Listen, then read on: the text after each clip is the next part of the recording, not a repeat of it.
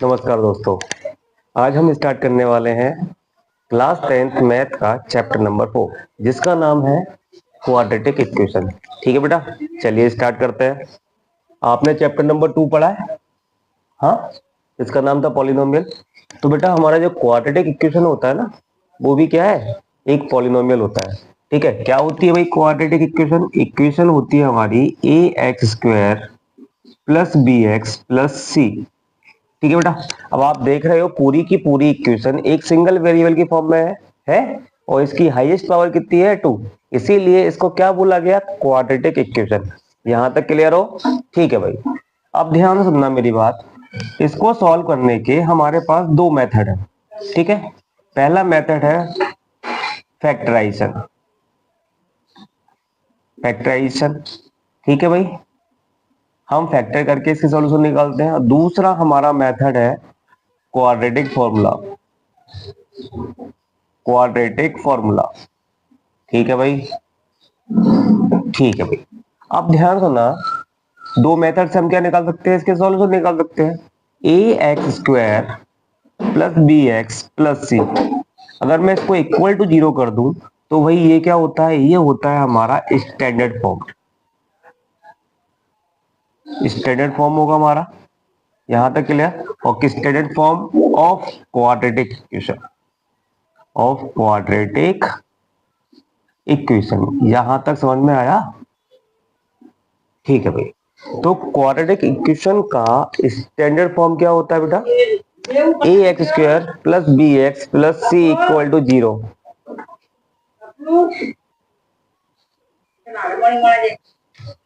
यहां क्या नहीं होता, यहां ए कभी भी इक्वल नहीं होगा 0 के।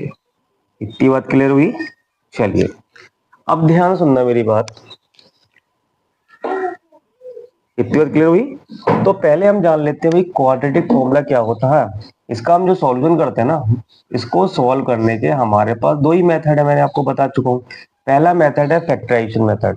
ठीक है भाई, तो पहले मेथड को हम कोई भी एक एग्जांपल लेते हैं, उससे सॉल्व करते हैं। एग्जांपल लिया हमने क्या, 2x माइनस का x माइनस का 6। देखिए बेटा ये इक्वेशन कैसी है, क्वाड्रेटिक है। चलो इसको सॉल्व करते हैं। इसको सॉल्व करने के लिए हम क्या करते हैं, पहले मल्टीप्लाई फिर प्लस। मल्टीप्लाई करेंगे फर्स्ट एंड लास्ट नंबर का। फर्स्ट नंबर कितना है बेटा हमारा 2 और लास्ट नंबर कितना है -6। तो मल्टीप्लाई करेंगे तो कितना आना चाहिए भाई, -12। और प्लस करने पे क्या आना चाहिए, -1, है ना बेटा? देखो बेटा एक्स का कुछ कोएफिशिएंट नहीं है तो हम इसको क्या लेके चलते हैं, -1 लेके चलते हैं। इतना क्लियर हुआ?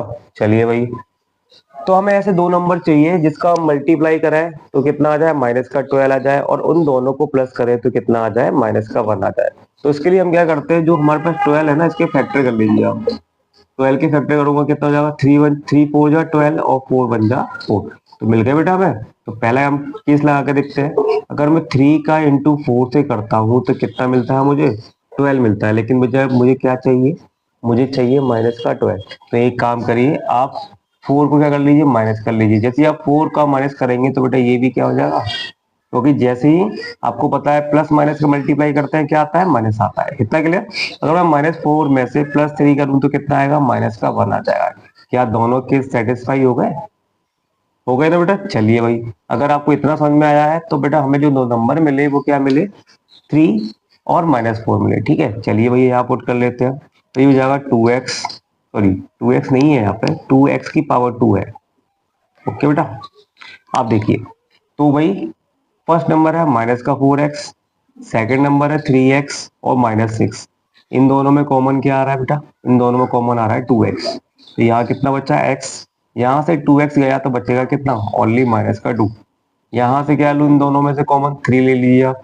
तो यहाँ कितना बचेगा x, और यहाँ कितना बचेगा बेटा, -2। कितना क्लियर? तो x-2 कितना हुआ, x-2 ये हो गया, बचा कितना, 2x + 3। अब बेटा ये दोनों किसके इक्वल होते हैं, 0 के। तो x-2 equal to 0 and 2x + 3 भी इक्वल टू क्या होगा, 0।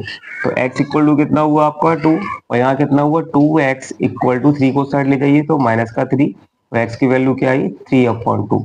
तो बेटा आपने ये सोल्यूशन निकाला, ये था हमारा फैक्टराइजेशन मेथड। क्या इतनी बात क्लियर हुई, समझ में आया। अब दूसरा मेथड है बेटा हमारा क्या, क्वाड्रेटिक फॉर्मूला। चलो भाई क्वाड्रेटिक फॉर्मूले के बारे में भी जान लेते हैं, क्या होता है क्वाड्रेटिक फॉर्मूला। क्वाड्रेटिक फॉर्मूला होता है x इक्वल टू माइनस का b plus minus B square minus का 4ac अपॉन 2 है। ठीक है, हम इस फॉर्मूले का यूज करेंगे और क्या करेंगे बेटा, इसके सॉल्यूशन निकाल लेंगे। क्या इतनी बात समझ में आई। ठीक है भाई, आप देख रहे हैं यहाँ पे क्या लिखा हुआ है कि बी स्क्वायर माइनस का 4ac है। चलो भाई इसके बारे में जान लेते हैं कि बी स्क्वायर माइनस का 4ac ये किसके इक्वल होता है बेटा, ये होता है हमारा डी के इक्वल। बी स्क्वायर माइनस का 4ac, भाई डी क्या होता है यहाँ, डी होता है हमारा डिस्क्रिमिनेंट। डी क्या होता है हमारा, डिस्क्रिमिनेंट होता है। ठीक है, अब डिस्क्रिमिनेंट, हाँ डिस्क्रिमिनेंट का हम यूज कहाँ करते हैं बेटा, रूट्स के नेचर फाइंड करने के लिए। इसका यूज कहाँ करेंगे, इसका हम जो यूज करेंगे वो करेंगे कहाँ, नेचर ऑफ रूट्स के लिए। नेचर ऑफ रूट्स के लिए। क्या इतनी बात क्लियर हुई। अगर हमें रूट्स का नेचर फाइंड करना है तो हम इसका यूज करेंगे। क्या इतनी बात क्लियर हुई। चलिए इसके बारे में जान लेते हैं। जब हम नेचर ऑफ रूट्स फाइंड करते हैं तो हम वो किस पे डिपेंड करता है बेटा, डिस्क्रिमिनेंट पे डिपेंड करता है। ठीक है, जान लेते हैं भाई। ठीक है, चलो मैं यहां लिखता हूं। तो पहला, अगर डी इक्वल टू 0 आता है, अगर मैं यहाँ वैल्यू पुट करूं और डी की वैल्यू क्या आ जाए, 0 आ जाए, तो समझ लेना कि जो रूट्स होंगे वो इक्वल होंगे। Roots are equal, roots are equal. क्या यहां तक क्लियर हो। जब डी की वैल्यू क्या आ जाए बेटा, हमारा जो डी है ना वो डी आ जाए क्या, ग्रेटर देन 0, तो रूट्स कैसे होंगे बेटा, इक्वल नहीं होंगे। रूट्स आर नॉट इक्वल, है ना। रूट्स लेकिन रियल होंगे, ध्यान रखना। Roots are real but different. कैसे होंगे बेटा, डिफरेंट डिफरेंट होंगे। इतनी बात क्लियर हुई। थर्ड कंडीशन अभी बनती है अपनी।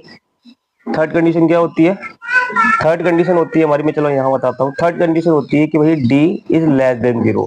d क्या होगा, नेगेटिव वैल्यू आएगी, तो यहाँ कोई भी रूट्स फाइंड, कोई भी रूट्स होगा ना बेटा एग्जिस्ट नहीं करेगा। Roots are not exist.